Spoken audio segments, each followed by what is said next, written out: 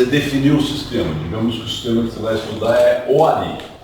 Tá legal? Então você delimitou uma linha e falou: o que está dentro é o Ari, o que está fora é o não Ari. Tá legal? É o meio do Ari, o ambiente do Ari.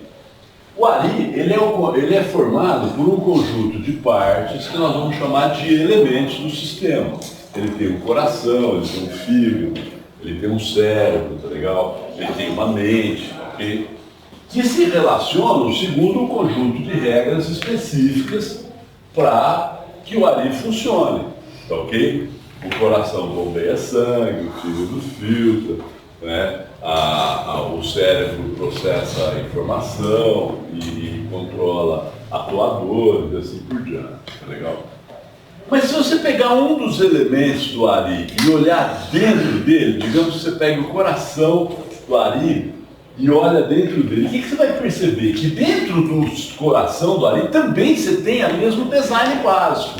Um conjunto de elementos, por exemplo, as células musculares, as fibras de colágeno, a estruturação dos átrios e ventrículos, as artérias que provêm oxigênio, tá certo? Os neurônios que controlam o sistema de funcionamento daquele órgão, né? Quer dizer, na verdade, um sistema complexo e um sistema hipercomplexo como nós, ele é um sistema de sistemas. Mas, e aqui tem um detalhe muito importante.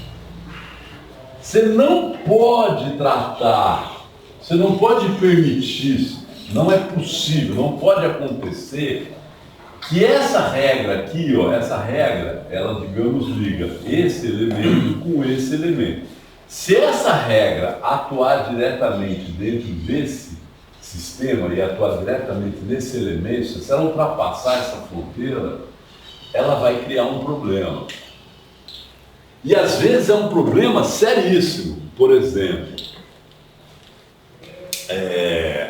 vamos imaginar um motorista andando na estrada, certo?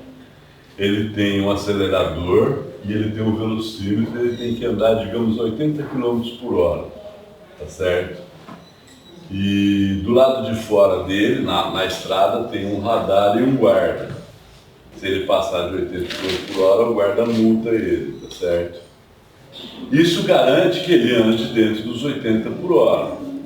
Mas se o guarda tiver controle sobre o acelerador do carro dele, você só pode ter um problema muito sério. Porque pode ser que ele perca a aceleração do carro. Vamos imaginar uma situação em que ele saiu para ultrapassar um caminhão e está na descida, a velocidade do caminhão começa a aumentar e do lado de lá vem um outro carro. O guarda diminui a aceleração dele para ele não passar dos 80 km por hora, ele bate de frente com o carro que vem do outro lado. Em vez dele permitir escapar, acelerar mais do que aquilo. Vamos supor que eu tenha medo, por exemplo, de um ataque cardíaco. Então, se o meu coração acelerar, eu reajo a isso bloqueando a aceleração do coração. Aí eu vou subir uma escada, na hora que eu chego na metade da escada falta oxigênio, o meu cérebro bloqueia o coração e eu desmaio por falta de oxigênio. Percebe? Essa mistura aqui é complicada. Então, por que eu estou trazendo isso aqui? Por causa daquela pergunta, conforme eu ouvi a minha resposta. E ser capaz de imaginar e pensar sobre o todo não pode substituir o entendimento das partes, assim como ser capaz de pensar sobre as partes não pode apagar a existência do todo. Ok? Melhorei um pouco a resposta, né? Porque ficou parecendo que eu estava rejeitando. Depois, na hora que eu vi a resposta, eu achei que parecia que eu estava rejeitando a hipótese. Não é isso. Vou até fazer uma pequena digressão sobre isso do ponto de vista filosófico. Do ponto de vista filosófico, o que caracteriza a tradição judaico-cristã é a irrepetibilidade da pessoa. Nenhum outro Ari houve na história e nenhum outro haverá. Ou eu faço a minha parte ou ela não será feita, ok? Portanto, essa entidade chamada Ari precisa ser pensada como uma entidade total. Ela não pode ser pensada como uma entidade separada. Então, que eu acho que é a proposta do Hugo de São Vitor, eu não tenho certeza, eu dei uma olhadinha, mas eu nessa direção mesmo. Eu não posso abandonar a minha pessoalidade, a minha completude enquanto pessoa. Eu estou na direção? É isso aí. É mais ou menos isso, né? Então, por quê? Porque eu sou responsável por essa pessoalidade perante o Criador. Essa é a estrutura básica da filosofia judaico-cristã. Okay? Quem é a pessoa? A pessoa é esse que vê face a face. Salmo 8º, Salmo 8º. Quem é o filho, esse filho de Adão para que Deus preste atenção nele, né? Acho que eu parafraseei o Salmo, mas vocês conhecem o Salmo, né? Dentre todos, considerando toda a magnitude da obra da criação, por que caso, na verdade o Salmo escreveu isso, né? Por que caramba há esse homem que Deus presta atenção nele e presta atenção no nível pessoal, né? Não presta atenção no homem genérico, é o homem Ali, o homem João, o homem Pedro, né? É aquela pessoa individual, tem um valor completamente individual, né? Quem de vós, tendo 100 ovelhas, se uma está perdida, não deixa as 99 sob a guarda do subalterno, vai buscar que foi perdido, e assim por diante, né? Nenhuma pessoa pode ser substituída. Então, eu acho que nessa direção, sim, claro. Qual é o perigo do holismo? É o perigo de, por exemplo, tratar sistemas não identitários como verdadeiros. Eu vou citar um exemplo específico. A sociedade, velho, a sociedade não existe. A sociedade é uma abstração que a gente faz quando a gente olha certas propriedades da interação entre as pessoas num determinado lugar. O governo não existe. O governo é um nome abstrato que a gente dá ao conjunto de funções exercidas por um número específico de pessoas pessoalmente determinadas que fazem ações específicas no mundo. Então, por exemplo, a justiça social, vocês vão me desculpar, mas isso é uma falácia. Não existe justiça social. Existe justiça. E ela é aplicada por homens, e são homens individuais. É claro que, se eles estiverem cumprindo o seu dever apropriadamente, eles o farão de maneira tal que respeite aquilo que foi decidido coletivamente e está na lei. Ok? Mas não existe sociedade justa. Isso é uma falácia. Por quê? Porque você está tratando de uma entidade que não tem uma delimitação possível. A sociedade é uma luta de classes, isso é uma metáfora. Se você imaginar que classe tem uma existência objetiva, ou como o Marx imaginava, e os marxistas imaginam, você comete falácias gravíssimas. Por exemplo, o Ari é o Ari, ele tem uma integridade. Se você pegar essa pessoa com toda a materialidade dela e bater no liquidificador, o Ari desaparece. A matéria está toda ali, tá certo? O Ari é burguês.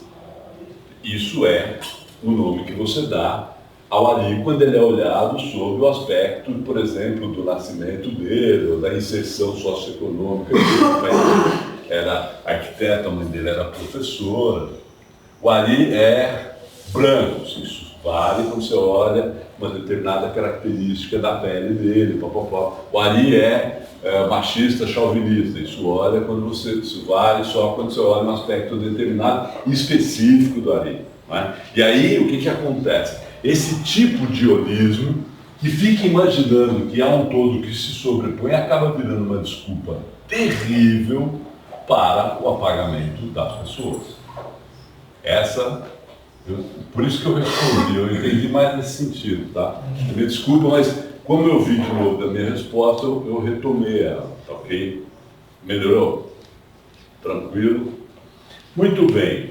Como é que acontece hoje? Com o surgimento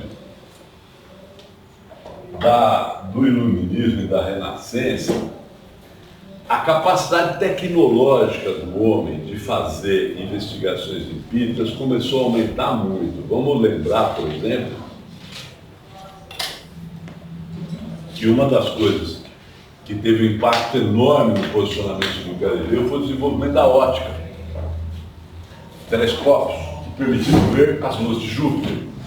E isso foi um argumento usado no debate sobre se a Terra girava em torno do Sol, o Sol girava em torno da Terra. Tá certo? Então, a atitude reducionista, a atitude de picar, começou a se tornar uma atitude muito frutífera, porque você tinha equipamento suficiente, técnica suficiente para chegar a detalhes da natureza. E isso ganhou um enorme, mas um enorme impacto na ciência, tá legal? As tentativas de oferecimento de teorias abrangentes foram sendo cada vez mais bloqueadas. As sínteses, a última grande síntese do conhecimento humano é a Suma Teológica de São Tomás de Aquino, século XIII, né? XIV? 13, né? Século XIII. É a última grande tentativa de síntese do conhecimento humano a partir de uma teoria unificada da natureza e da vida, né? Você vê que depois de tanto que pensadores sólidos do século XX, Humberto Eco, por exemplo, quando ele escreveu um texto comemorando a Suma Teológica, ele fala assim: então, cara, o Santo Tomás fez um negócio tão bem feito que o assunto morreu, ninguém mais falou sobre o assunto. Tudo bem, eu entendo, mas há outras versões também. Na verdade, ele fez um negócio tão bem feito que ou você aceitava uma visão unificada ou você escapava dela. E, evidentemente, o natural conflito das versões entre os humanos foi fazendo com que o picar fosse predominando. E aí você vai, por exemplo, para Descartes ou para Newton, que eram picadores quase compulsivos, tá legal? Eram reducionistas quase compulsivos, quase Demócrito, né? Quase aquele negócio, tudo é feito de átomo e o átomo é elemento, a unidade fundamental da matéria. Você examina, por exemplo, o progresso da física, você vê claramente isso. Hoje o cara faz um acelerador de partículas, que é uma máquina de alguns milhões de dólares aí, para ficar jogando uma partícula na outra para ver o que tem dentro da partícula. É picar, é picar o impicável, digamos assim. E os caras já chegaram muito longe nisso. Quer dizer, isso produziu muito resultado. Não quero dizer necessariamente que resultado bom ou resultado inútil. Eu quero dizer que produziu muito resultado. E, obviamente, isso dominou o surgimento da psicologia no começo, não é? No século XX, especialmente quando a matemática foi avançando e apareceram a cibernética, que é a teoria do controle, e a teoria dos sistemas, a teoria dos sistemas é basicamente aquele desenho que eu mostrei para vocês com um pouco mais de sofisticação. A gente vai ver a teoria dos sistemas um pouquinho mais para frente. A possibilidade de parar de picar só e começar a fazer integrações começou a aumentar de uma maneira mais sólida, né? Porque picar, você, por exemplo, pode ser que descobrir que o quark tem um sabor não sei das quantas, não seja uma coisa muito lá importante, mas é garantida, porque você consegue reproduzir aquilo, você tem um sistemático naquilo. E quando você fala, por exemplo, num conceito mais integrador do tipo a personalidade, isso já fica mais difícil. Então, na psicologia, essa tendência a picar, né, com exceção provavelmente no começo da psicologia, essa tendência a picar foi muito forte. No começo do século XX, essa tendência a picar foi sendo contrabalançada, por um lado, pela psicanálise, que é o Freud e que vinha da neurologia, e por outro lado pelos alemães da Gestalt. Mas os alemães da Gestalt, infelizmente, eles eram alemães. A Alemanha entrou em 2 guerras mundiais como protagonista principal, o que fez com que a ciência alemã, pelo menos a ciência social, sofresse um atraso enorme. Os caras da Gestalt tiveram que fugir dos nazistas, foram para os Estados Unidos e até voltarem a se tornar influentes no panorama científico. Isso lá levou pelo menos 40 anos, tá certo? Alguns autores de primeiríssima linha da Gestalt, como Kurt Lewin, começaram a ser revistos. Alguns deles estão sendo revistos agora, tá certo? No século XXI. O cara saiu da Alemanha, o universidade mais longe ficava a 300 km de distância, foi para os Estados Unidos, onde a universidade mais perto ficava a 300 km de distância. Você fazia um congresso na Alemanha, você juntava todo mundo de ônibus. Os Estados Unidos, se você é um congresso, você precisa levar todo mundo de avião, porque é continental o país, tá certo? Então, atualmente, nós temos uma visão paradigmática mais totalizante, mais gestáltica, mais holística, correndo o risco desse tipo de excesso a que eu me referi na resposta que eu dei sobre o Hudson Vídeo, ok? Agora eu queria examinar como é que isso acontece, que é mais ou menos a leitura que eu faço naquele paperzinho que eu apresentei para vocês, como é que isso interage com as forças de mercado, porque o que acontece com a ciência? A ciência é cara.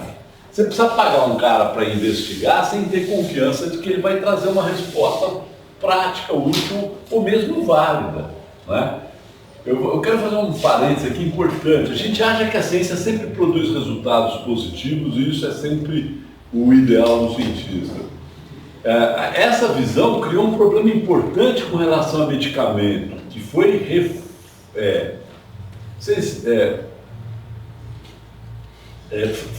teve que ser tratado na ciência como um problema sério. O que acontece? Eu testei um medicamento, tá certo? Se ele não der resultado, eu não consigo publicar nas revistas científicas. Porque eu vou publicar, olha, o experimento que falhou, os caras, ninguém vai querer ler.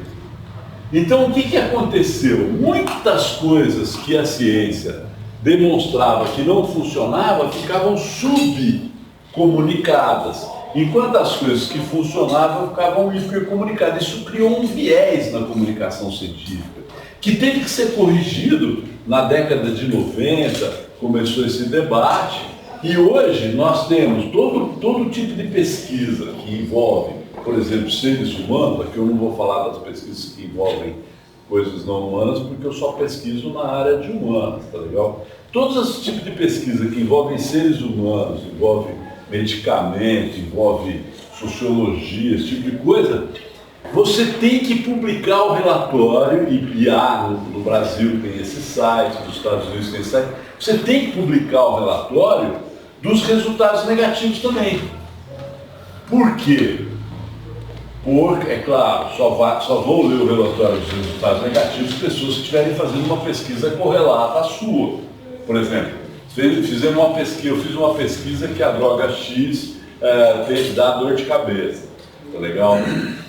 Você está pesquisando a droga X, você vai ler a minha pesquisa, mas ele é um médico, ele está selecionando, ele não vai ler que a droga X dá dor de cabeça, basta, ele não vai ler a minha pesquisa, basta ele saber que a droga X dá dor de cabeça, para ele está suficiente, tá ok? Então, essa condição é uma condição muito cara, e vai ficando cada vez mais cara, porque você está pagando por coisas que não necessariamente vão dar resultado, ok? Muito bem. Então, como é que se paga? Isso aqui é uma fala bem objetiva da minha parte, ela costuma ser interpretada como uma fala política, mas não é. A gente tem uma tendência, no Brasil essa tendência é muito reforçada pela comunicação de massa, de achar que, não, o governo paga. O que faz parecer que o governo tem dinheiro. Não, o governo não produz dinheiro. O governo aloca recursos que as pessoas produzem. O governo direciona dinheiro que não é dele. Então, o que acontece? Se você vai pendurando a conta no governo, uma hora não cabe mais. O governo não vai conseguir pagar porque não tem dinheiro. Não é? A pesquisa é uma coisa parecida. O financiamento da pesquisa, não importa que foi a Dow Chemical ou a GlaxoSmithKline que financiou aquela pesquisa com o dinheiro dela. Pode parecer que o dinheiro é dela, entre aspas, mas aquele recurso é um recurso da sociedade, que foi direcionado por intermédio daquela empresa, em vez de ser por intermédio do governo, para pesquisar aquela medicação. E aí o que acontece? A gente fica achando que a pesquisa pode ser feita sem grana. Não dá. Particularmente pesquisas que envolvem tecnologia. Como medicação é um exemplo. Coronavírus é outro exemplo. Então o que acontece? A maior Quando a gente fala, quando eu vou falar da ciência vai ao mercado, eu vou dizer uma coisa bastante específica. As pessoas vão pôr dinheiro naquilo que elas acham que rende resultado, seja um resultado moralmente desejável, seja um resultado financeiramente desejável. O resultado moral, ele não é superior ao resultado financeiro. O cara fez isso para ter lucro. Fica parecendo que o cara é um tremendo de um sem vergonha, ou de um safado, que está querendo ter lucro. Vou fazer uma pergunta objetiva para vocês. Você vai comprar um salgado, você está com fome e o seu dinheiro te permite escolher 3 salgados, um pastel, uma coxinha ou um quibe. A que fonte você recorre para escolher qual salgado você quer? Você olha para você mesmo, vai comer aquilo que você está afim, ok? Veja, essa transação, ela é o padrão básico de transação. Você compra aquele que te interessa. Ou você vai comprar um salgado e tem 3 vendedores de salgado. Você quer um quibe, os 3 vendem quibe. Um vende a R$4, o outro a R$3,50 e o outro a 3. De qual que você vai comprar? O que vende a 3. Por quê? Porque você quer obter a maior quantidade de salgado possível pelo seu dinheiro. Você vai comprar salgado. Você sabe, os 3 vendem quibe, os 3 vendem ao mesmo preço. E você sabe que o primeiro é um sujeito super sacana, que o segundo você não conhece e que o terceiro é um cara que está com o filho doente. Talvez você escolha comprar o salgado do cara que está com o filho doente. Mas vamos supor que você mistura as 3 coisas. Tem quibe, pastel e coxinha, tem 3 preços para cada um e tem 3 caras para cada um. Você vai ter que tomar decisão com base no seu critério. E essa decisão que você vai tomar com base no seu critério, às vezes a decisão financeira é melhor do que a decisão moral. Tá certo? Por exemplo, na prática, dar esmola é uma coisa objetiva, resolve a vida de muita gente. Aqui na Praça da Estrela, meu consultório fica pertinho da Estrela. Da Praça João Mendes. Ali na Praça João Mendes fica sempre esses vagabundos de rua, né? E eles morrem muito, coitadinho, porque eles tomam cachaça de má qualidade, fumam crack, fazem sexo em camisinha, a maioria deles é soro positivo, assim, e alguns são malucos, outros são só vagabundos, e alguns deles não são pessoas muito agradáveis, e alguns não são pessoas boas, né? Mas como eu vou muito à Estrela, eu converso muito com os caras, eles conversam comigo, eu pergunto o nome, é que você vai pagando o nome porque os caras vão morrendo, né? E eu não dou grana. Mas toda vez que eu vou na Estrela e eles falam comigo, eu trago na volta, eu dou um pé de moleque para cada um. Mas por que você dá um pé de moleque? Porque pé de moleque tem proteína e tem açúcar. O cara tá lá enchendo a cara de cachaça, tá fumando uma pedra de crack, tá certo? Ele tá gastando açúcar dele de uma maneira feroz, um pouco de proteína, um pouco de açúcar ajuda o cara, tá legal? Mas eu não dou dinheiro porque ele vai comprar crack, velho. Percebe? Então, há elementos dessa decisão que são elementos locais. O que é o mercado? Ao contrário do que supõe a nossa pseudo-economia, mercado é, na verdade, um nome que se dá a uma abstração em que pessoas individuais fazem transações individuais, decidindo o que elas querem nesse contexto ou naquele. Okay? O mercado é regulado pelo dinheiro por uma razão óbvia. O dinheiro vale o mesmo para todo mundo. 5 contos na sua mão, na mão do Bill Gates, na mão do Bolsonaro, na mão do Lula, na mão do Ari, vale 5 contos. Então, se eu falar vale 5 contos a coxinha, vale 5 contos a coxinha. Não tem debate sobre isso, percebe? Ok? Quando você pensa na ciência indo ao mercado, você percebe uma sequência de 4 estágios. Essa sequência de 4 estágios eu adaptei para a análise da ciência a partir de uma ideia básica do Humberto Eco sobre a criação. O primeiro momento da ciência é o chamado conhecimento novo, eu vou chamar de descoberta. É quando se descobre uma determinada coisa ou através da reorganização dos fatos conhecidos. Vou dar um exemplo. O Viagra originalmente era uma doença para uma coisa do pulmão. Hã? Falou uma doença do pulmão. Não, o Viagra era, desculpa, é um remédio, está certo. O Viagra era originalmente uma droga para afetar um fenômeno pulmonar, tá legal? Não é cardíaco, não? Hã? Não é cardíaco, não? Ele foi testado cardíaco e foi testado para esse negócio pulmonar, para as duas coisas. Ou eu estou misturando o Viagra Não, com só outra cardíaco. droga. É só cardíaco. Só cardíaco, né? Ele é um vasodilatador. Então, mas ele era usado para uma situação pulmonar de bebê. Quando o bebê nasce, ele tem problema de respiração. Eu não lembro qual é a formação. Bom, talvez eu esteja misturando, mas vamos supor, uma cardíaca, tá legal? Com taquipneia. Taquipneia. A criança nasce com taquipneia, aí vai dar problema dos dois, tanto coração quanto pulmão. Isso, acho que era isso aí, eu não lembro o nome, mas era uma coisa assim.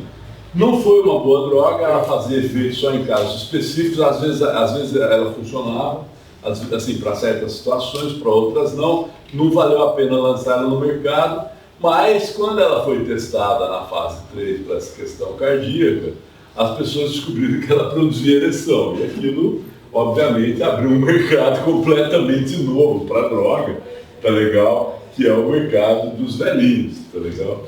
E aí, tá sério.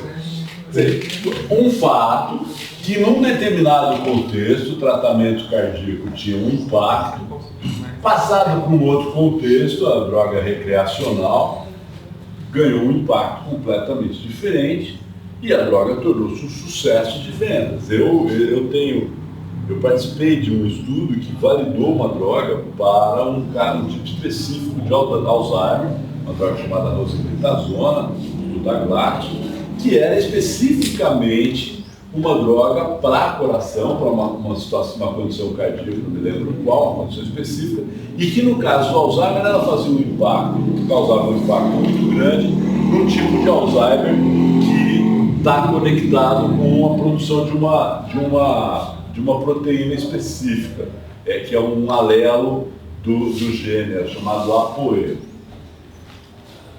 A droga percebeu-se esse efeito no Alzheimer, fez um teste e a droga foi validada para o Alzheimer APOE. Essa é uma variação da doença de Alzheimer. O que acontece quando nessa fase da descoberta? O caráter científico da descoberta continua sendo garantido. Por quê? Porque aquilo vai ser discutido por cientistas. Então, todo tipo de comunicação sobre a droga vai apresentar as condições de rigor, qual foi o método, as condições de verificabilidade, como é que se refuta isso, como é que se testa isso, os pressupostos explícitos, olha, isso foi feito com esse objetivo, baseado nessa teoria, nessa afirmação primária, tá legal?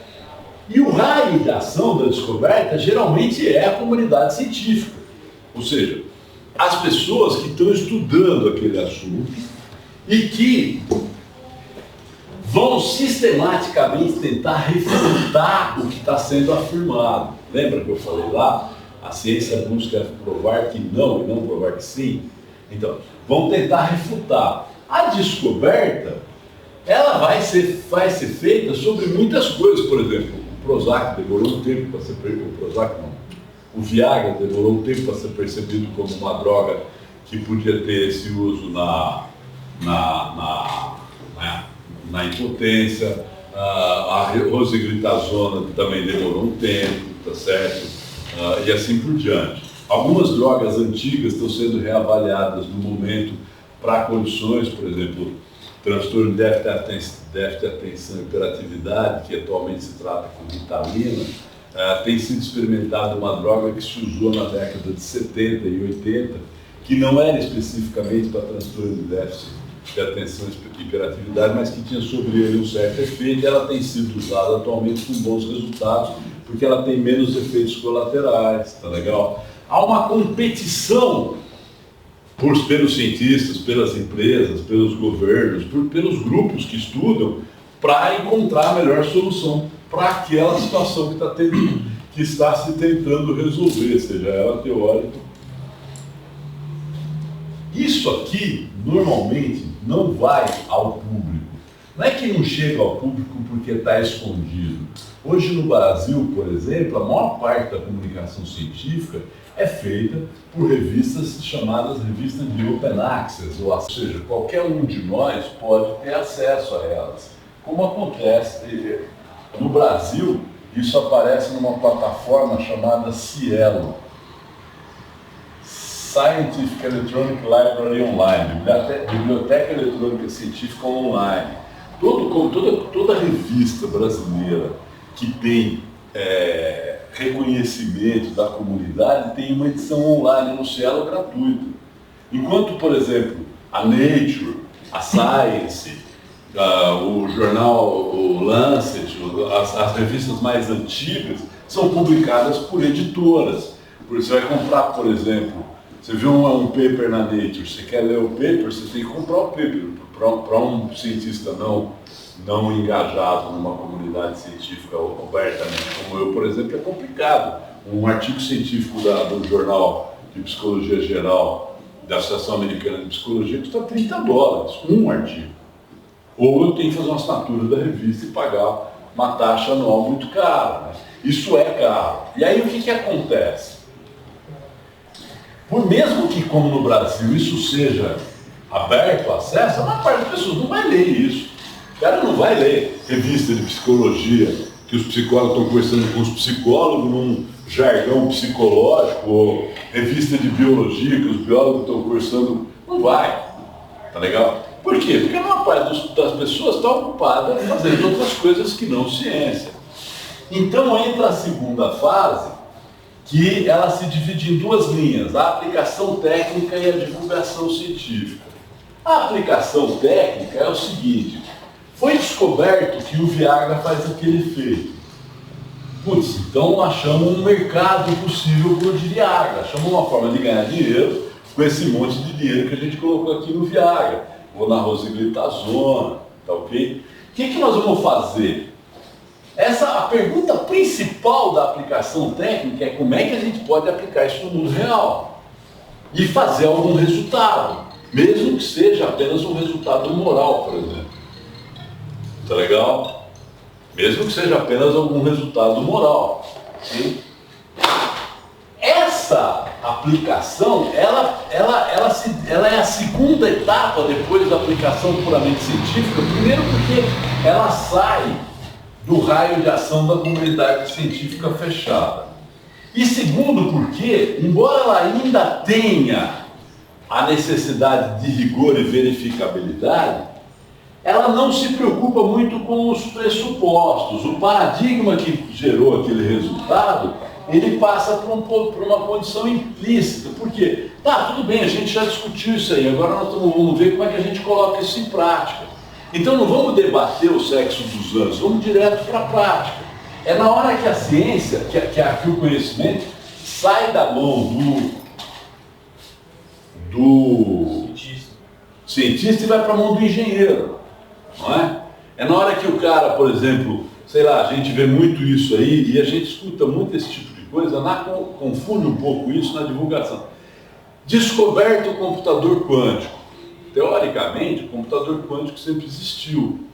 O que acontece é que os caras estão tentando transformar isso numa coisa verificável. Eu vou citar um exemplo específico.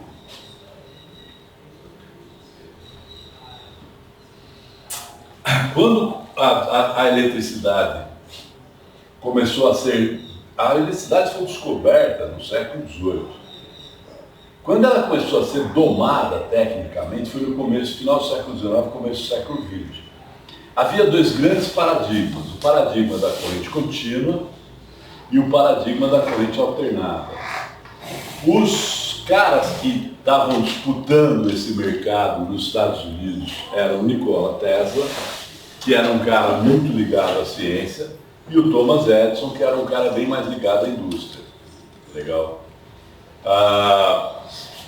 A gente escuta a história do Tesla e do Edison e fica parecendo assim. É uma história parecida que eles contam do Bill Gates e do Larry Ellison da Oracle. O Bill Gates sacaneou o Larry Ellison. O Edison sacaneou o Tesla. Não, velho, eles estavam competindo para ver quem que ia colocar em ação uma rede elétrica nos Estados Unidos e ia oferecer, por exemplo, iluminação elétrica. O Edison chegou primeiro, ofereceu um resultado sólido, o negócio dele começou a dar dinheiro antes, o negócio do Tesla quebrou e o paradigma da corrente alternada ficou no lugar do paradigma da corrente contínua. Tá legal? Isso foi resultado de uma competição no mundo real. Não foi resultado de uma competição na base do quem comprou quem.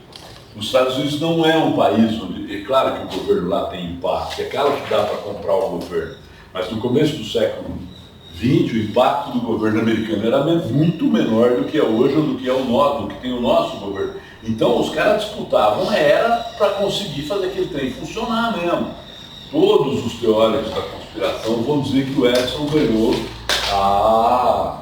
a competição porque ele comprou alguém ou porque ele fez alguma jogada política. Mas se você examinar a prática, a questão objetiva da produtividade técnica, a empresa criada pelo Edison, chamada General Electric, é a empresa que mais patenteou soluções técnicas na história. O Edison, em um certo momento da carreira dele, era responsável por quase 30% ou 40% das patentes registradas no Instituto de Patente Americano. E a empresa criada pelo Tesla não tinha essa competência técnica, tá certo? A gente vê esse tipo de coisa acontecendo porque acontece mesmo. Como é que a gente vai decidir? Você vai pedir para o papai governo decidir que se é melhor a corrente contínua ou alternada? Não, deixa o mercado decidir. Não é? O que é o mercado? Um monte de pessoas dizendo de que empresa elas vão comprar um produto. Né? Por exemplo, o que gerou o barateamento do telefone no Brasil, quando eu era menino, você tinha que passar escritura de linha de telefone. O que gerou o barateamento do telefone no Brasil foi a criação de uma tecnologia que permitiu oferecer um telefone muito barato usando um radinho. Isso aqui é um radinho. Ele chama celular porque ele fala com antenas montadas de maneira tal que elas formam células. É uma grade de antenas. E essas células se sobrepõem. Quando você está andando com o celular e passa perto dessa antena, seu celular fala com ela, você chega perto da outra, ele fala com a outra, você chega perto da outra, ele fala com a outra. Por isso que ele chama telefone celular. Isso aqui é um radinho que é possível transformar ele num sistema individual de informação, ao contrário daquele radinho de pilha que não se usa mais, que a gente usava para isso, ouvir futebol, através de técnicas de tecnologia de programação e de estabelecimento de frequência através de números digitais. É isso.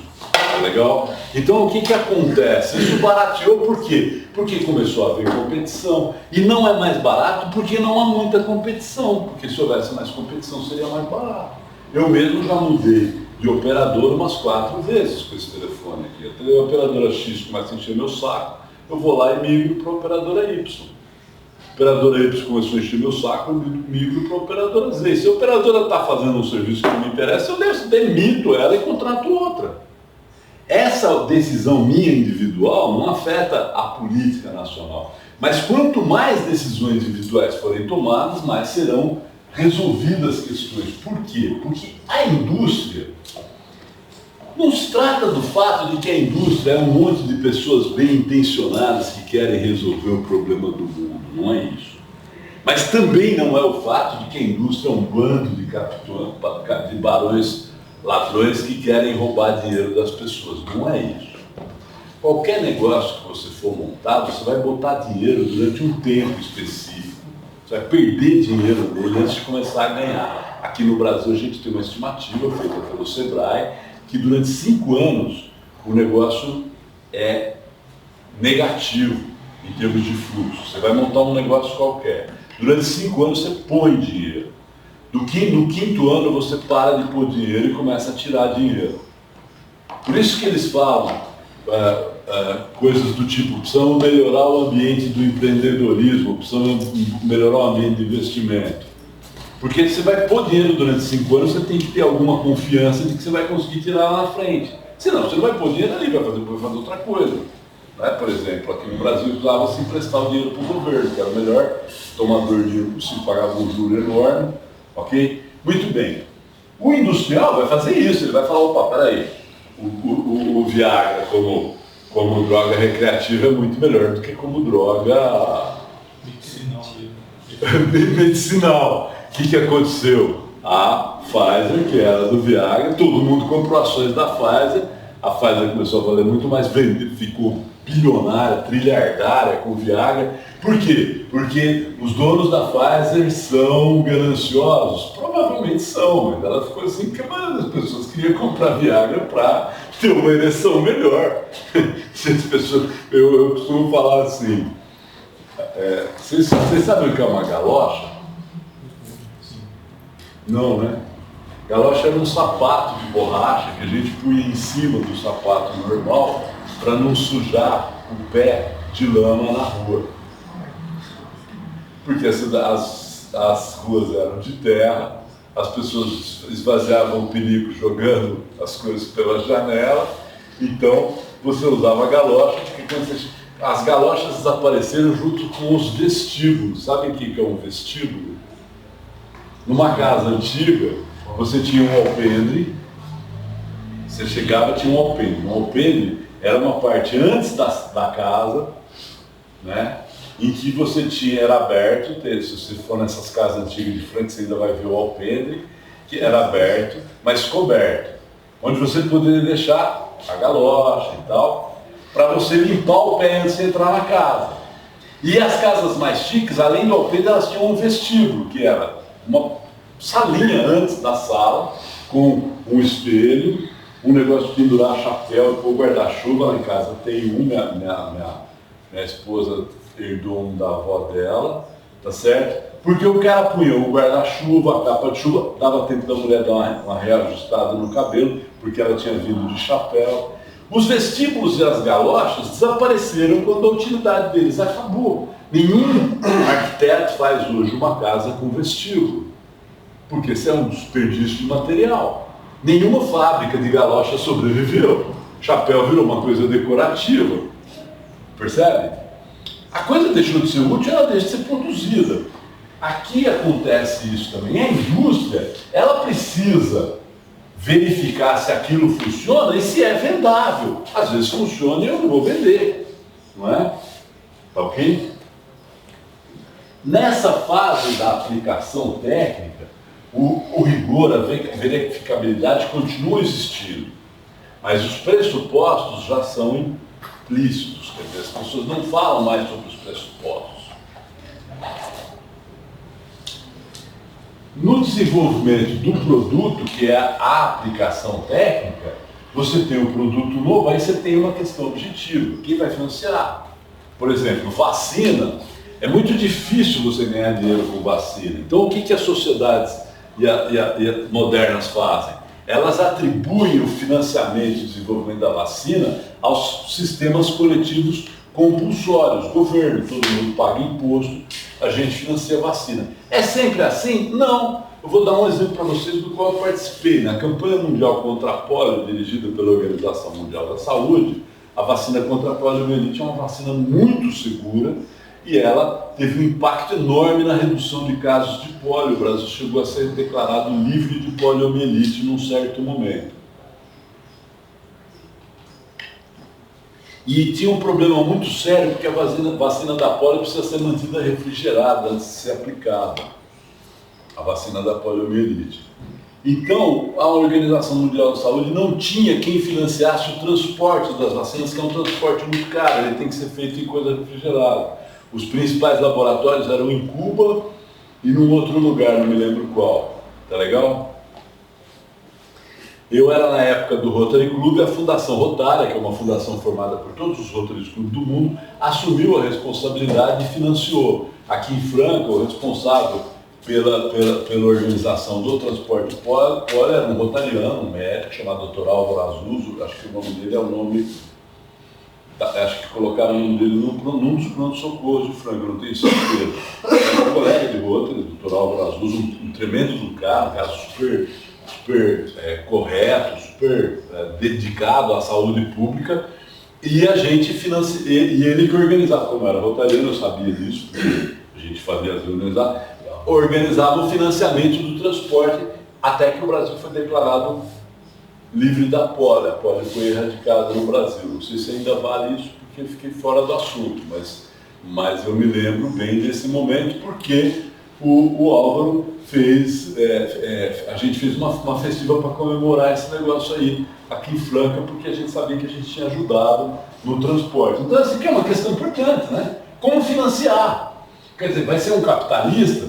Não tem jeito, vacina não tem jeito. Viagra é um belo negócio, vacina não tem jeito. É o governo, no caso da produção do governo, era o governo de Cuba que produzia vacina. Tá legal? Mas e o transporte? Precisou de uma entidade privada de caráter social, de caráter assistencial, Fundação Rotária, para pagar o transporte. Pagar o transporte no mundo inteiro, né? Mas como tem um caráter social, o que você tem aqui? Você tem aqui a necessidade de garantir a qualidade e a relação custo-benefício daquilo. Vou voltar no coronavírus, que é uma questão bastante interessante. Faz exame de coronavírus em todo mundo, não vale a pena. Você vai gastar uma tremenda de uma grana fazendo exames e 80% das pessoas que derem positivo são pessoas assintomáticas. Então você tem que fazer o exame em todo mundo da população para saber quem está ou não. Mas a estimativa de tempo da duração da crise, no sentido de espalhamento da epidemia na população, é 4 meses. Não dá nem tempo de você fazer esse exame em todo mundo. Não é? Entre o surgimento da doença, a disseminação da doença, o pico de casos e a queda do pico de casos, quer dizer, aquela curva, na China durou 4 meses. Vamos combinar, velho, é a China. É um lugar cheio de gente pra caramba, cidades apinhadíssimas e com controle de informação por parte do governo, que é uma coisa que diminui muito a efetividade do controle de epidemia. Coisas básicas, por exemplo, outro dia alguém estava falando, a gente estava até rindo, ontem a gente estava conversando isso. É muito mais barato lavar a mão com sabão do que usar álcool gel. E o sabão é muito mais efetivo na destruição de vida orgânica do que o álcool gel. O álcool gel, porque ele mata o vírus, a bactéria, e o vírus, ele dissolve a membrana do bicho. Certo?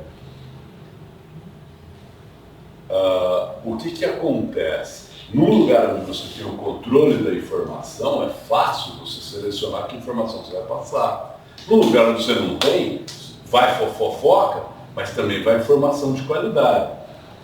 Qual é o custo de você fazer uma ação do tipo examinar todo mundo? Pô, fica mais barato aumentar o número de UTI disponível para os velhinhos. Certo? A gente tem alguns exemplos desse tipo no sistema de saúde. Por exemplo, o exame de próstata para homem acima de 60 anos. Do ponto de vista individual, é muito importante que o homem faça um exame de próstata, porque se ele detectar algum tipo de tumor no início, o tratamento do tumor melhora muito a qualidade de vida dele. Do ponto de vista coletivo, não faz a menor diferença se examinar todos os homens, porque todos os homens vão ter câncer de próstata depois dos 60 anos em algum momento.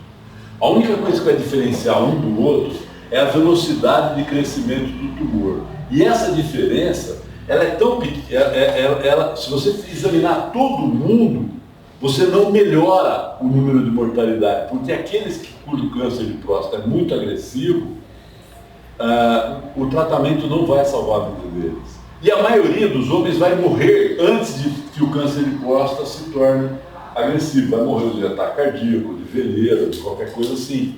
Então o que acontece? Do ponto de vista da saúde pública, não vale a pena o governo pagar, porque está pagando com dinheiro de todo mundo, exame de câncer de próstata. Isso não afeta a saúde geral da população. Mas do ponto de vista individual, vale a pena o sujeito pagar o exame de próstata. Aí você faz o quê? Você cria lá um sistema. Todo homem acima de 60 anos tem direito ao exame de próstata. Você pega o dinheiro que podia estar sendo gasto, por exemplo, no tratamento dos que de fato correm o risco de morrer, e está gastando esse dinheiro com gente que vai morrer de outras causas. Agora, então tinha que ser o quê? Esse é um caso claro em que o exame de próstata tinha que ser pago pelo sujeito. Mas, puxa vida, isso é uma coisa ganância, saúde é um direito universal. Você cria um problema na tentativa de resolver um problema que não é solúvel. Essa questão, qualidade, custo-benefício, ela é muito importante quando você fala em termos de produto de saúde. Mas não é só de produto de saúde. Pensa, por exemplo, comida, água. Eu vou comprar água. Engarrafar água é prova da maldade do capitalismo. Se o engarrafamento da água responsabilizar alguém pela qualidade da água que eu estou tomando, comprar a água é uma boa maneira de manter a saúde em dia. Em Franca não, porque Franca tem um tratamento de água de primeira qualidade. Em Franca você pode beber água na torneira. Se a sua caixa d'água estiver limpa, você pode beber água da torneira. Tá legal? Mas e no Ceará ou no Piauí? Talvez isso aqui seja uma coisa melhor. Ah, mas então o governo tem que comprar água para a população. Não, o governo tem que criar condições para que seja feito saneamento básico lá. Mas observa, por que o governo vai dar dinheiro? Que empresa que é essa aqui? Essa aqui é a Coca-Cola, essa água é da Coca-Cola. Por que o governo vai dar dinheiro para a Coca-Cola? Eu dou, ou não. O dinheiro é meu. Mas eu vou dar dinheiro para o governo vai dar para a Coca-Cola? Isso é desastre. Você percebe que você tem uma questão aqui, que é uma questão de fato de como alocar o recurso.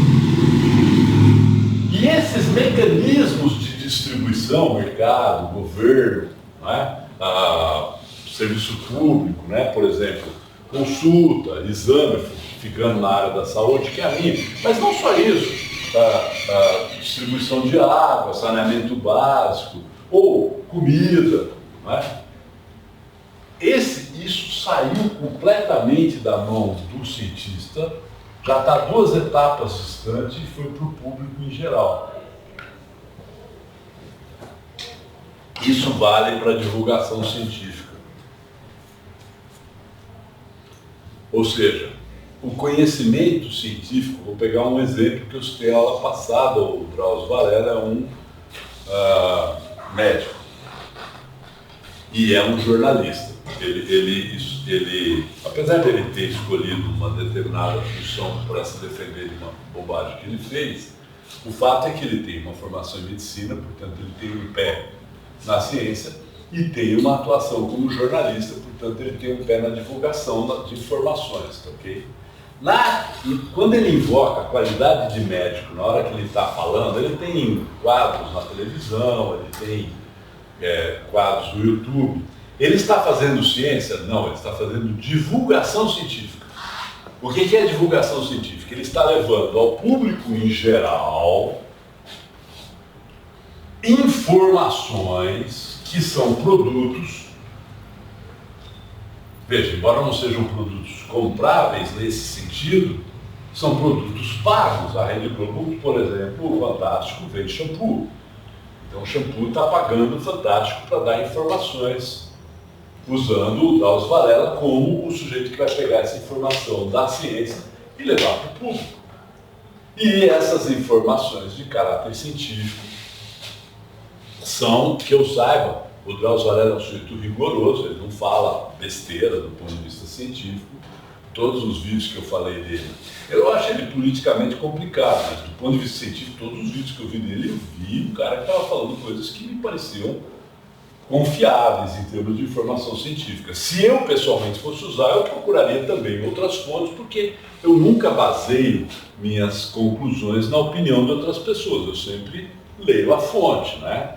Eu vou nas fontes, eu quero saber os fatos e eu tendo a não confiar nas conclusões, eu tendo a testar os fatos por mim mesmo. Mas esse desenvolvimento do produto aqui, quer dizer, o que nós vamos contar? Que história nós vamos contar sobre o coronavírus para a população? Que história nós vamos contar para a população sobre o Viagra? Que produto nós vamos vender em termos de exame de próstata, ok? Isso aqui, que é a divulgação científica que a gente tem, ainda há uma cobrança muito forte da qualidade do custo e do benefício. Se você vender uma água contaminada e eu comprar água contaminada, eu posso processar a Coca-Cola e posso ganhar dinheiro com isso e posso fazer a Coca-Cola sofrer com isso. Então a Coca-Cola vai tentar me vender água mais pura possível. Não sei se ela vai conseguir, mas ela vai tentar. Diferente do que aconteceu na SEDAI. O quê? Na SEDAI de Rio de Janeiro. Isso, é um caso que eu não acompanhei direitinho. Mas era o governo, né? Resultado, primeira porcaria que deu, eles esconderam o assunto para esconder, para pagar a culpa de alguém. É o mesmo mecanismo da China. Aqui em Franca, a empresa que fornece serviço de água é uma empresa privada. Ela é parcialmente do governo, mas ela tem ações cotadas em bolsa, a Sabesp S.A. Ela está submetida a controles que não são governamentais. Se ela fizer porcaria, ela paga caro por isso. Percebe? Não sei se dá Do pra... ponto de vista jurídico, ela é que nem a Coca-Cola. Tem, de certa forma, o comentário que o senhor falou explicando tudo, tem viés também jurídico. E eu acredito muito também nessa linha. A minha linha de raciocínio é muito parecida com a do senhor, com relação a isso daí. A gente vê a qualidade do serviço como é prestado pelo meio privado e pelo meio público. Existe um caráter, principalmente da qualidade, igual o senhor está falando, do custo-benefício. Sempre tem.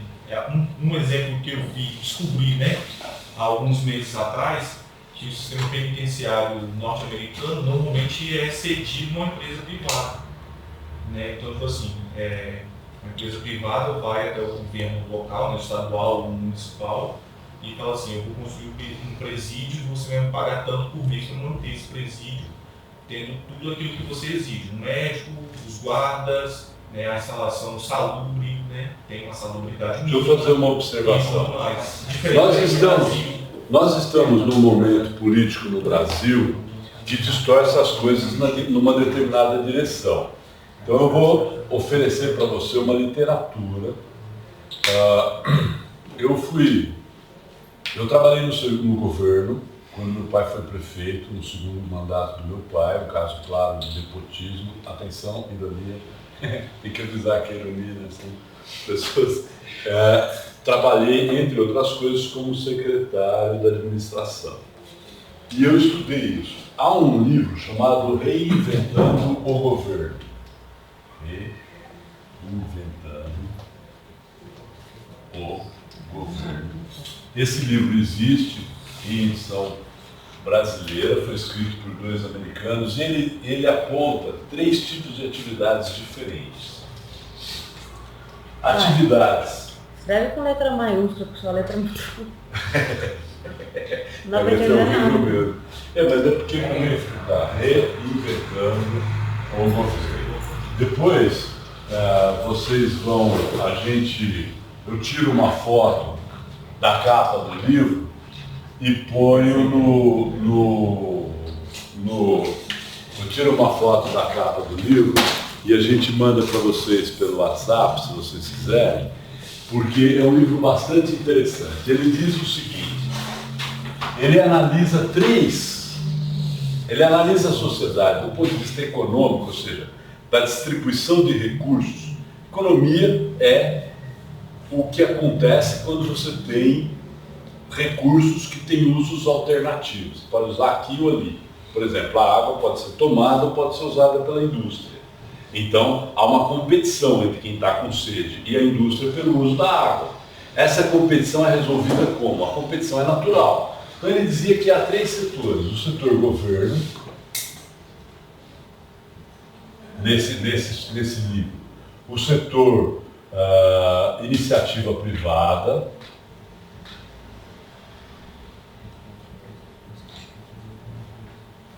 e o chamado terceiro setor.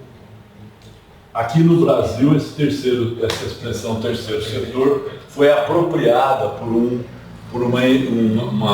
conjunto ideológico que transformou o terceiro setor em ONG, organização não governamental.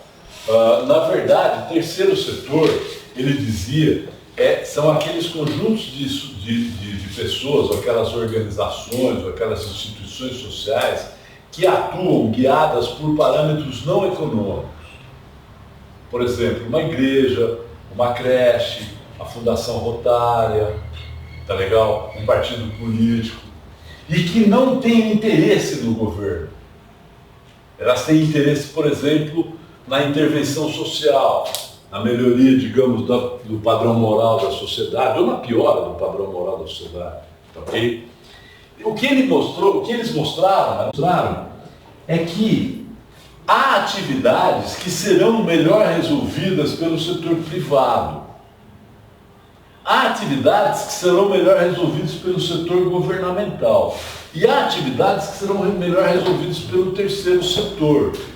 Por quê? Porque o que vai definir essas atividades envolve, por exemplo, a possibilidade de ganho, de retorno, ou o que vai ser feito a fundo perdido, a possibilidade da inserção ou não da ideologia naquilo. Vamos pensar, por exemplo, o pessoal que faz sopa para os mendigos, ou eu mesmo que encontro os mendigos ali da coisa. O pessoal que faz sopa para o mendigo, ele dá a sopa para o cara não morrer, mas junto com a sopa vem um sermãozinho. E parte desses mendigos se beneficia desse sermão. A gente sabe, por exemplo, que uma das coisas que tem um dos fatores que ajuda na recuperação de usuários de drogas é a religião. Porque a religião faz o sujeito assumir um compromisso do caráter moral. E esse compromisso, não importa qual seja a religião, não, importa. Algumas religiões são melhores do que outras para isso, mas esse compromisso normalmente é um compromisso que propõe uma hierarquia, do tipo, o meu desejo fica submetido a um valor moral. Quando isso acontece, é mais fácil para o cara enfrentar o desejo da droga, a fissura e tal. A gente sabe, por exemplo, que as entidades religiosas têm resultados superiores às entidades governamentais. Por quê? Porque o governo não pode, por definição, cobrar ideologia. Por definição, o governo não é neutro. Não é só laico, ele é impessoal. Essa é uma característica do governo. Se o governo não for impessoal, por que o cara pode fazer um sermão para você? Então, se ele pode fazer um sermão para você, ele pode decidir atender você e não ele. Ou atender ele e não você. Pessoal, atende só quem eu quero. E essa é... Então, o que eles examinaram é, se você examinar a característica das ações que são feitas nos aglomerados humanos, você vai descobrir que algumas são essencialmente ações que devem ser feitas pelo governo, outras são essencialmente ações cujo melhor resultado sairá da iniciativa privada, e outras cujo melhor resultado sairá nem do governo nem da iniciativa privada, mas de um terceiro setor, tipo o Exército da Salvação, por exemplo. Percebeu? No Brasil, essa discussão foi apagada, em virtude da polarização. Claro, nós tivemos um país tomado por uma quadrilha que transformou o governo numa máquina de transferir dinheiro para o Odebrecht, de caterva, né, e também para Cuba, Venezuela, aquele monte de palhaçada aí que a gente conhece, de tirar dinheiro da população, e isso distorceu o debate. Mas o debate objetivo é um debate importante, precisa ser feito. Por exemplo, tá legal, eu vou terceirizar as prisões. É útil ou não? E a varrição de rua? E quais setores da iniciativa privada funcionam melhor? Por exemplo, não dá para terceirizar a vacinação completamente. Não há incentivo financeiro suficiente para você desenvolver novas vacinas. Se você vai tomar vacina de gripe no serviço público e vai tomar vacina de gripe fora do serviço público, uma parcela da população não consegue comprar a vacina. Percebe? E esse é um problema importante, precisa ser resolvido. Ele não pode ser resolvido na base, o governo faz para todo mundo tudo. Nem tanto de ser resolvido na base, não. Então vamos privatizar tudo. Certo? Eu estou fazendo uma observação aqui sobre isso que você falou, porque é uma coisa que a gente não tem muito essa noção, porque no Brasil esse debate foi apagado. Era um debate que estava acontecendo. Quem começou esse debate foi o Fernando Collor de Mello, que chutou o pau da barraca e abriu as exportações, quebrou uma parte da indústria brasileira, mas ao mesmo tempo colocou em cena o fato de que a indústria brasileira tinha reservas no mercado. Depois veio o Fernando Henrique Cardoso, que foi numa direção mista, tá certo? Privatizou uma certa parte das atividades, da telefonia, por exemplo, uma coisa que funcionou. Depois veio a quadrilha que privatizou o governo em si, né? Aí já o governo começou a ser comandado pelo Joesley Batista e pelo Marcelo Odebrecht. Aí é difícil, né, cara? Aí você já está numa situação em que a privatização perder, assim, não vai funcionar, percebeu? E aí, o que acontece? Como a quadrilha deixou uma indignação muito grande nas pessoas que pensam, as pessoas que pensam também tendem a achar que tudo pode ser privatizado. Não necessariamente. O exemplo do Departamento de Água e Esgoto de Franca, que é a Sabesp, é um exemplo ótimo de privatização. Mas a empresa, embora privada, ela é em parte governamental. Tá certo? E ela tem certos conjuntos de regras que não seriam possíveis se ela fosse dirigida, por exemplo, pelo Jorge Paulo Lema. Tá certo? E se você não tivesse a Sabesp em Franca, você não teria modelo para estabelecer. Tá bom, então vamos privatizar água e esgoto de Ribeirão, de Cristais Paulista. E vamos vender para o Lema. Tá, mas ele vai ter que usar a Sabesp de Franca como modelo. Não é uma coisa tão simples. Tá legal? Por isso que eu estou dando essa sugestão desse livro, Reinventando o Governo. Depois eu fotografo a capa e boto lá no WhatsApp para vocês. Para a gente não cair na dicotomia do debate político que faz parecer que é ou, quando não é bem assim, tá ok? Mas isso aqui vai acontecer, não importa se seja o governo ou não, essa fase vai acontecer. E aí a gente tem a última fase, que é a chamada franquia, cópia ou diluição, que é quando você vai começar a vender aquilo mesmo. E aí você tem uma questão muito importante. O que é uma abertura de franquia? Quem vai poder vender esse produto? O Viagra, por exemplo, se compra em farmácia. Todo mundo pode comprar? Pode. E o antibiótico? Não. Por quê? Porque o antibiótico, ele tem um impacto que vai além do uso individual dele. Se você usa um antibiótico de boa qualidade, hoje em dia, um antibiótico de alta qualidade só pode ser usado numa UTI, ou num CTI, ou no centro de isolamento dentro do hospital. Por quê? Porque o fato de usar mal o antibiótico, como a minha geração usou, criou bactérias resistentes aos antibióticos, e há antibióticos antigos que se tornaram inúteis, porque as bactérias aprendem a sobreviver a eles, por mau uso. Não necessariamente porque o antibiótico é ruim, mas por mau uso. O médico receita o antibiótico pensando no tempo de vida da bactéria. Então, se ele dá o antibiótico por 7 dias, é porque ele precisa de 7 dias para matar todas as bactérias. O sujeito começa a tomar, no 4º dia ele para de ter sintoma, ele para de tomar o antibiótico. As bactérias que sobram são as que sobreviveram ao antibiótico. Então ele selecionou uma bactéria mais forte. Há cepas de bactérias nos hospitais que são resistentes a praticamente qualquer antibiótico. É uma espécie de corrida armamentista entre a indústria farmacêutica e o antibiótico. E há um momento em que tem que botar dinheiro nisso, e quem vai pôr? Percebeu? Então o que você precisa? Você precisa ter mecanismos de mercado para regular isso, que permitam que cada pessoa decida se ela vai comer um pastel, uma coxinha, certo? E aí você tem que fazer isso espalhar o máximo possível, que é a chamada de abertura de franquia, a criação de cópia.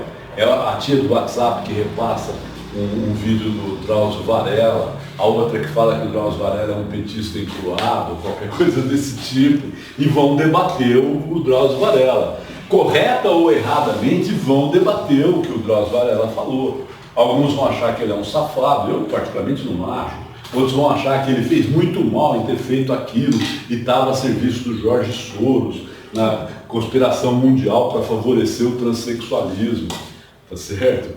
Outros vão achar que não, ele estava conversando com o cara fez uma coisa, uma cara triste, ele ficou comovido e abraçou o cara. E um editor lá para cima não sabia, ou talvez ele não sabia que o cara era um psicopata, um editor lá para cima deixou o negócio passar, percebe? Ou algum editor, eu vou ser bem sincero para vocês, eu tenho dificuldade para perceber a intenção das pessoas, porque como um estudioso de psicologia, eu sei que a maior parte da população das pessoas é burra. Né? É verdade isso. Vocês vão me desculpar, posso estar ofendendo vocês e tal, não sei o quê, atacando a autoestima das pessoas, mas a maior parte das pessoas é burra. Por quê? Porque se a gente fosse inteligente em todas as coisas, a gente não conseguia fazer nada, não dava nem para andar, velho. A gente tem que ficar analisando. 90% do que a gente faz no automático. E quando eu falo a maior parte das pessoas é burra, não é assim, a maior parte das pessoas é burra e eu sou inteligente. Não é isso. A maior parte do tempo todas as pessoas são burras. A maior parte das coisas a gente faz sem perceber. E aí o que acontece? A gente fica atacando, é bem provável que seja uma sequência de erros. Eu já vi um monte de sequência de erros dessas. Né? A gente está numa fase meio de linchamento, sempre alguém é responsável. Delenda Cartago, destrói Cartago, a culpa é do Lula, a culpa é do Moro, a culpa é do Bolsonaro, a culpa é do Boulos, ou qualquer coisa assim. Não. São pessoas que estão aí fazendo coisas. Eu aprovo uma, você prova outra. Estou certo em alguns casos, estou errado em outros, está certo? Mas quando você vem para cá e vai para o mercado, você quer levar para o maior número de pessoas possível, o raio de ação é toda a sociedade, aí você tem uma condição concreta. O que funcionar vende, o que não funcionar para de vender. As galochas sumiram, os vestíbulos também. Quando isso aqui acontece, o que aconteceu? Tudo aquele caráter científico lá no início foi para o beleléu. Se você está falando de medicação, você está falando de uma coisa. Agora eu vou falar da minha área, que é a área basicamente da psicologia, que está ligada diretamente à transmissão cultural, à educação, ao aprendizado cultural, à formação das pessoas, né? É uma área que a cada vez que uma criança nasce, aquilo é zerado e começa de novo. Na minha área, isso aqui, velho, é um tremendo mercado. Porque eu mesmo estou entrando nesse mercado. Eu e a Valéria, minha esposa, que também é psicóloga, com a participação da Flora, minha filha, da minha irmã, da minha outra filha, e da minha outra filha, estamos montando um sistema de educação online, chama Ethos Instituto de Pesquisa. A gente está gravando videozinhos, está publicando no YouTube, está abrindo uma página no Facebook, estamos começando, está aprendendo. A Flora está gravando essa aula, ela vai para o YouTube. Por que a gente está fazendo isso? Porque a gente acha que esse é um lugar onde a gente pode levar informação de qualidade para as pessoas e ganhar dinheiro com isso. Não estou fazendo isso, claro que eu estou fazendo isso por uma razão pessoal, mas entre as minhas razões pessoais, se uma é melhorar a qualidade da informação, a outra é ganhar dinheiro por ter melhorado essa qualidade. Não quero melhorar a qualidade da informação e quebrar com isso, perder dinheiro. Tá certo? O que acontece? Quando você entra nessa área, você cria um grande mercado. E é um grande mercado que pode ser controlado de várias formas. Na época, que eu acho que já passou, dos gargalos de informação, as grandes empresas de comunicação, Rede Globo, Folha de São Paulo, que esses caras já foram e a banda não tocou. Porque eles achavam que o papel deles era censurar essas informações. E eles não tinham competição. Quando eu era moleque, como eu falei para vocês, em Franca, pegava um canal de televisão, depois passaram a pegar 2, depois 3, aí veio a TV por satélite, a gente pegava uns 8. Hoje, se você comprar um pacote qualquer de coisa, aí você pega 35 canais de televisão gratuito. Tá legal? Há alguns canais de televisão que só usam a internet, a TV Cultura, por exemplo. Tá certo? E aí o que acontece? Nesse caso aqui, se vender, eu amplio o raio, caso contrário eu sumo. Então nesse caso aqui há uma inversão de interesse muito profunda. Por quê? Acho que acabou aqui. Para eu vender, é muito importante que eu esconda os pressupostos. Porque os pressupostos tornam um produto, principalmente na área da educação, mais difícil de entender. Vou dar um exemplo para vocês, que é uma coisa que está em jogo, e eu vou terminar com esse exemplo, vocês vão me perdoar, mas é uma coisa que está em jogo hoje, que é um debate sobre o Paulo Freire. A educação brasileira deve ou não ser baseada nas ideias do Paulo Freire. Eu fui educado achando que o Paulo Freire era um cara muito legal, e tive acesso a algumas obras do Paulo Freire, não a todas. Mas há uma leitura do Paulo Freire conduzida por professores.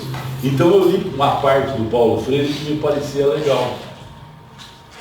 E eu achava o Paulo Freire um cara legal. Como eu não sou basicamente um educador, eu sou basicamente um psicólogo, fiquei feliz com aquilo. Quando a coisa começou a andar, eu comecei a falar, gente, mas isso aqui está meio estranho. Como o Paulo Freire foi apresentado para mim pela minha mãe, que era uma pessoa muito crítica, a parte que eu aprendi do Paulo Freire, na verdade, hoje eu percebo que era uma espécie de Paulo Freire filtrado pela Luzinete. Como a Luzinete era uma pessoa muito crítica, a filtragem que ela fez do Paulo Freire tirou do Paulo Freire uma série de coisas que hoje estão sendo apresentadas por novos pensadores que foram censurados na educação brasileira e ainda correm o risco de serem censurados, porque a academia não aceita que se discuta a figura sacrossanta do Paulo Freire. E esses caras estão começando a mostrar, pera um pouquinho, tem uma parte do que o Paulo Freire fala aqui, velho, que é um totalitarismo puro. É um completo apagamento da pessoa individual. Quando eu comecei a me relacionar com a igreja como adulto, eu achava que o Leonardo Boff era um cara legal. Hoje eu acho que ele é um idiota. Percebe que nesse mecanismo, na hora que chega nesse estágio, o que chega para o sujeito de produto, especialmente na área da informação, da educação, o produto cultural, é um produto que já está, o que está pressuposto está escondido. Na psicologia isso acontece demais. Significa que a gente tem que ir até o pressuposto em todas as situações? Não. Mas significa que a gente tem que ter condição de pelo menos chegar aos pressupostos quando a gente for examinar alguma coisa da psicologia. Ok? Alguma pergunta, alguma dúvida? Alguém quer cantar um tango? Não? Então, até a semana que vem, na mesma bate-hora, no mesmo bate-canal.